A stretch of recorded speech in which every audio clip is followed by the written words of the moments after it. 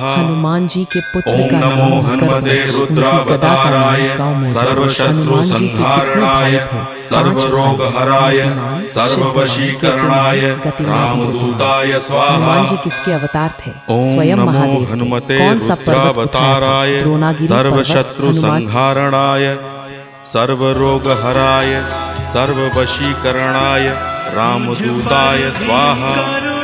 ओम नमो हनुमते रुद्रावताराय सर्वशत्रु संहारणाय सर्वरोग हराय सर्ववशीकरणाय रामदूताय स्वाहा। ओम नमो हनुमते रुद्रावताराय सर्वशत्रु संहारणाय सर्वरोग हराय सर्ववशीकरणाय रामदूताय स्वाहा।